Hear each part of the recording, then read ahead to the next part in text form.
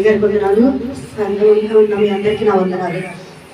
నాకు ఇచ్చిన మాట ఐదో మాట తప్పిడుకొనుచున్నాను అనే మాట చిన్న ప్రార్థన చేసుకుని ఈ వాక్యాన్ని మొదలు. స్తోత్రం నైనా మహాపురుషుడు గొప్ప దేవుడు. అయా తండ్రి, నేనైతే అరుగురాలు కాదు ప్రభా. అయా మాతో మాట్లాడింది తండ్రి మీరే. అయ్యా నిలబడింది నేనే కానీ మాట్లాడింది మీరే ప్రభా. ప్రతి మాట ప్రభు వేసే ఒక ముఖ్యం వల్లే ప్రభు ప్రతి ఒక్కరు అందుకోవడానికి సహాయం చేయండి. అయ్యా నేనే చెవులను గ్రహించుకునే మనసు దయచేయండి ప్రభా.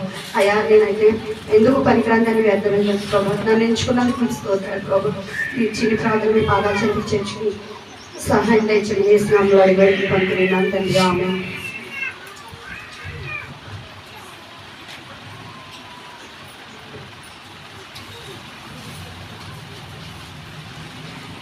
దప్పికొనుచున్నాను అనే మాట నాకు ఇచ్చారు. దప్పికొనుచున్నాను అనే మాటకి 3 అర్థాలు ఉన్నాయి. ఒకటి, ఆయన శరీరధారిగా ఉండి దప్పికొనుచున్నారు. రెండవది, లేఖనములు సమాప్తం అవడం కోసం దప్పికొనుచున్నాను అనే మాట పలికారు. మూడవది, మన పాపాల నిమిత్తమే ఆయన దప్పికొనుచున్నారు. అయితే యోహాను సువార్త 19వ అధ్యాయం 28, 30 వచనాలు మనం చూసుకున్నట్లయితే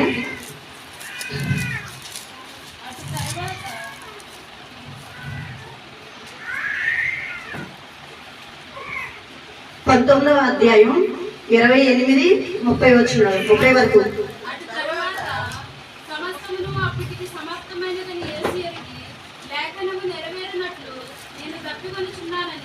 చెరకుతో నిండి ఉన్న ఒక పాత్ర అక్కడ పెట్టి ఉండేది కనుక వారు ఒక సంచి చెరకుతో నింపి హిస్సోపు పుడకకు తగిలించి ఆయన నోటికి అందించింది.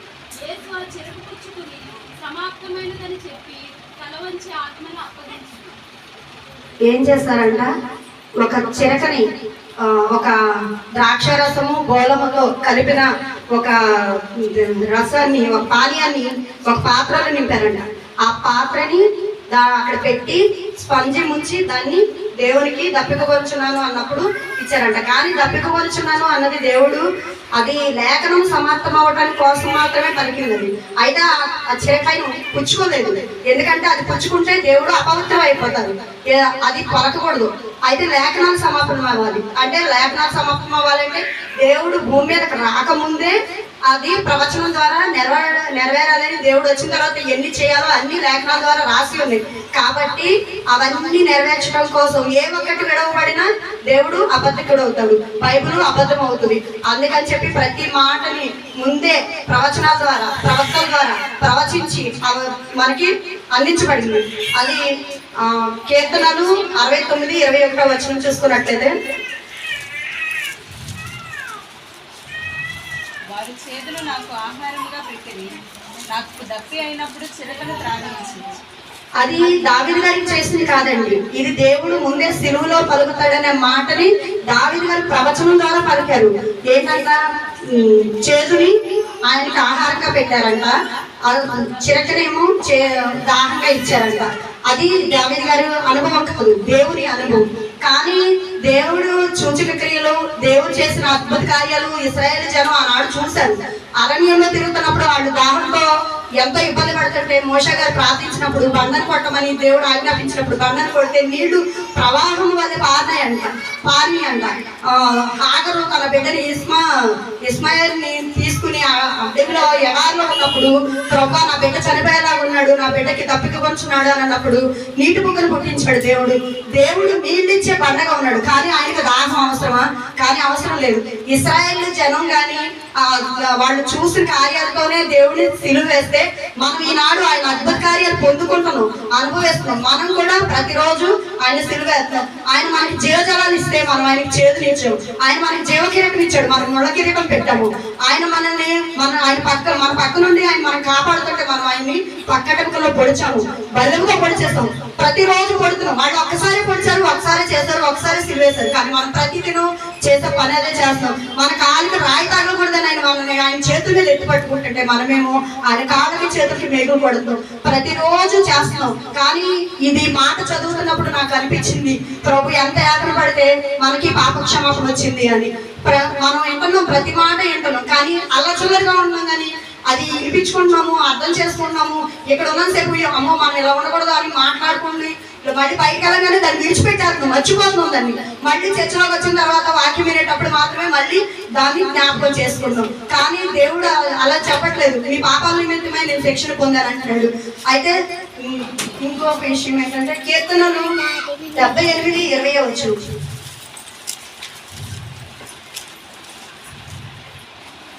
ఆయన బండను కొట్టగా నీరు రుబ్బికేను. నీళ్లు కాలువలై పారెను. ఆయన ఆహారం ఇయ్యగలడా? ఆయన తన ప్రజలకు మాంసం సిద్ధపరచగలడా అని వారు చెప్పుకున్నారు. అలా సరిగారంట ఇశ్రాయేలు ప్రజలు దేవుడిని సరిగారంట, ఆహారం ఇవ్వగలడా, నీళ్ళు ఇవ్వగలడా అని. అప్పుడు నీళ్లు ఇవ్వగలడా అన్నప్పుడే మోషే గారు బండను కొట్టి నీళ్లు ఇవ్వమని దేవుడిని అడిగితే బండను కొట్టమని ఆజ్ఞాపించినప్పుడు నీళ్లు వచ్చాయి. తర్వాత యోహాను సువార్త 4:6 నుంచి అక్కడ యాకోబు బావి ఉండెను కనుక యేసు ప్రయాణము వలన అలసి ఉన్న రీతిని ఆ బావి వద్ద కూర్చెండెను. అప్పటికి ఇంచుమించు 12 గంటలాయను. సమర స్త్రీ ఒకటి నీళ్లు చేదుకొనుటకు అక్కడికి రాగా యేసు నాకు దాహమును కుమ్మని ఆమెను అడిగాను. ఆయన శిష్యులు ఆహారము కొరకు ఊళ్ళోనికి వెళ్ళింది. దేవుడు మెట్ట మధ్యాహ్నం అప్పుడు అలసిపోయాక బావి దగ్గర కూర్చున్నాడంట. దేవుడు కూడా అలసిపోతాడంటే అప్పుడు ఆయన దేవుడుగా లేడు, శరీరధారి అయ్యి భూమి మీద సంచరిస్తున్న దినములు అవి. ఆయన ఎంతో కాలు నడకతో పరిచర్య చేశారు, ఎంతో మందిని బాగు చేశారు, ఎంతో మంది దెయ్యాలు పట్టిన వాళ్ళు బాగు చేశారు, కుష్టి రోగులు బాగు చేశారు, కళ్ళు లేని వారికి కళ్ళు ఇచ్చారు. ఆయన కూడా అలసిపోతారంటే అలసిపోయారు. మరి శరీరధారిగా ఉన్నప్పుడు మనమే ఒక చిన్న పని చేస్తే ఎంత అలసిపోతున్నాం, ఆయన అలసిపోవడానికి ఏముంది, మనం ఎన్నో కార్యాలు చేసింది దేవుడు. అక్కడ అలసిపోయి వచ్చి కూర్చుని ఆ సమరయ స్త్రీని దాహమని అడిగినప్పుడు ఆవిడ అంటుందంట, అయ్యా మేము సమరయులు, మీరు యూదులు కదా, మా నీళ్ళు మీరు ఎలా తాగుతారు అన్నప్పుడు ఆయన అన్నారంట, నేను ఇచ్చిన నీళ్లు తాగితే నువ్వు ఎప్పటికీ దాటుకోవనము, మీరిచ్చిన నీళ్లు తాగితే మళ్ళీ దాహం అవుతుంది అని చెప్పినప్పుడు ఆ సమరయ స్త్రీ మారుమనసు పొందుకుని ఊరంతటిని రక్షించిందంట. ఊరంతటిని రక్షించింది. ఇవాళ మనం ఎంతమంది దేవుని వాక్యం ప్రచారం చేయగలుగుతున్నాం, ఇవాళ ఎంతమంది మనం వెళ్ళి దేవుడి మాటలు చెప్పి ఎన్ని ఆత్మలు రక్షిస్తాం. ఆత్మల రక్ష దేవుడికి తప్పికపోవడం అంటే దేవుడు ఒక దాహం విషయంలోనే కాదు, ఆయన ద్వారా మనం ఆత్మను రక్షించడం, ఆయన తప్పిక తీర్చిన వాళ్ళని, పేదలను ఆదుకోవడం, మనం మంచి పనులు చేసిన ప్రతిదీ కూడా దేవుడికి తప్పిక తీర్చిన వాళ్ళనే అవుతామంట. ఆయన అన్నాడు, నా నామాన్ని బట్టి మీరు ఏ మంచి పని చేసినా, ఏ సూచక క్రియ చేసినా కూడా అది నాకు దాహం తీర్చినట్లే అని దేవుడు మాట్లాడుతున్నాడు. అది యోహాను సువార్త 1:14 ఆ వాక్యము శరీరధారి అయి కృపాసక్తి సంపూర్ణుడుగా మన మధ్య నివసించింది.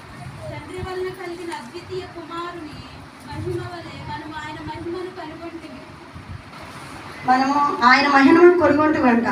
ఆయన అద్వితీయ కుమారుడయ్యి ఆయన భూమి మీద సంచరించి ఆయన ఎన్ని శ్రమలు పడ్డాడంటే, ఒక నైట్ ఆయన అప్పగించబడ్డాడు, తెల్లారిన దాకా ఆయన సిలువేసేదాకా ఎన్ని శ్రమలు పెట్టారు, ఎంత కొట్టారు, నాగల చావుల వల్ల ఆయన్ని దున్నారు, ఆయన్ని ఎన్నో మొహం మీద ఉమ్ము వేశారు, గడ్డం పెరికారు, ఎన్ని రకాలుగా హింస పెట్టారంటే ఎన్ని రకాలుగా హింస పెట్టినా ఎక్కడ కూడా బైబిల్లో ఆహారం అని కానీ దప్పిగానే కానీ ఆయన అనలేదు. రెండు చోట్ల, అది సమరయ స్త్రీ దగ్గర కానీ ఒకటి, రెండోది సిలువలో కానీ, ఈ 2 చోట్ల మాత్రమే ఆయన పలికాడు. తర్వాత లాజరు ధనవంతుడు కథ మనకు తెలిసింది.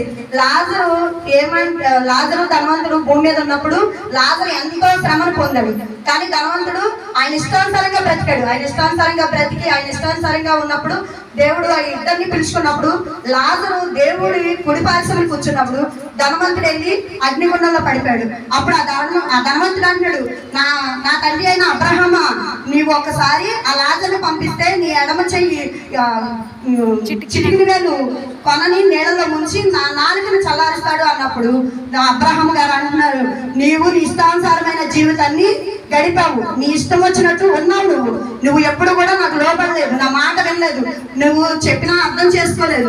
ఇప్పుడు నీ దగ్గరికి లాజరు రావడానికి కుదరదు, లాజరు విశ్రాంతి పొందుతున్నాడు.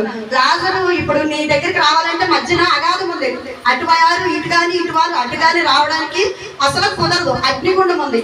ఆ అగ్నిగుండంలో నువ్వు అలా వేదన పడాల్సిందే కానీ ఇప్పుడైతే లాజరు పంపించడం కుదరదు అని అంటే, కాదు తండ్రి, కనీసం నా భూమి మీద ఉన్న నా అన్నదమ్ముల్ని అక్క చెల్లెళ్ళైనా రక్షించుకోవడానికి ఒక్కసారి నాకు అవకాశం ఇవ్వమంటే వాళ్ళ కోసం చూసుకోవడానికి నేను ఉన్నాను, వాళ్ళ కోసం ప్రవక్తను పంపిస్తాను అని దేవుడు చెప్తాడు. అయితే ఏంటంటే ఇక్కడ దేవుడు మన పాపాల నిమిత్తమై ఆయన శిక్షణ పొంది మనం ఆ అగ్నిగుండంలో పడకూడదని, అగ్ని ఆరదు పురుగు చావదనే మాటకి మనం బలైపోకూడదు, ఆ అగ్నిగుండంలో పడిపోయి మనం బలైపోకూడదని మన శిక్ష ఆయన పొంది మనల్ని రక్షించడం కోసమే దేవుడు దప్పకొచ్చున్నాను అని చెప్పాడు. ఏంటంటే దేవుడు ఈ ప్రతిరోజు మన అయ్యగారు కూడా చెప్తున్నారు, అమ్మ మీ చేతులు పట్టుకుంటాను, మీ కాళ్ళు పట్టుకుంటాను, చర్చ మానేయొద్దు, మీరు రండి రండి అని అంటున్నప్పుడు నాకు ఈ మాటకు బాగా తాకింది నన్ను. ఇక్కడ నుంచినప్పుడు కూడా దేవుడు ఆత్మ మనం తాగుతూనే ఉంది. మనం మాట్లాడడానికి ఇక్కడ నుంచోడానికి మనం అరువులు కాదు, మన పాపల వల్ల సంగతి మనకు తెలుసు. ఒక్కరోజు మన చూపుల ద్వారా మన మాటల ద్వారా ఎవరైనా దూషించినా నిందించినా లేదంటే ఎవరి గురించి కనీసం గుసగుసలాడినా కూడా అది పాపమే. అలా పాపంలో బతుకుతున్నాం, పాపంలో పుట్టాం కాబట్టి మనం పాపంలో చనిపోతామేమోనని దేవుడు బాధపడ్డాడు. అలాగే మన దైవజనుడు కూడా మన కోసం ప్రతిరోజు శ్రమ పడుతూనే ఉన్నారు. మనకు మాటలు చెప్పి దేవుడు అగ్నిగుండంలో పడిపోకుండా దేవుని చేతికి మనం పరిశుద్ధులుగా చెప్పి నిత్యరాజ్యానికి మనం చేర్చాలని ఆయన పడే ప్రతి ప్రయాసను మనం అర్థం చేసుకుని ఈ మాటను దేవుడు మాట్లాడి ప్రతి మాటని తీసుకుని అందరూ కూడా గ్రహించుకుని ఆ దైవజనులకి దేవునికి లోబడి బ్రతికితే మనందరం దేవుని రాజ్యానికి చేరగలుగుతాం. ఈ మాట దేవుడు దీవించిన గాక. ఆమేన్. దేవుని నామమునకు మహిమ కలుగును గాక. హల్లెలూయా. హల్లెలూయా. 5వ మాట ఏంటంటే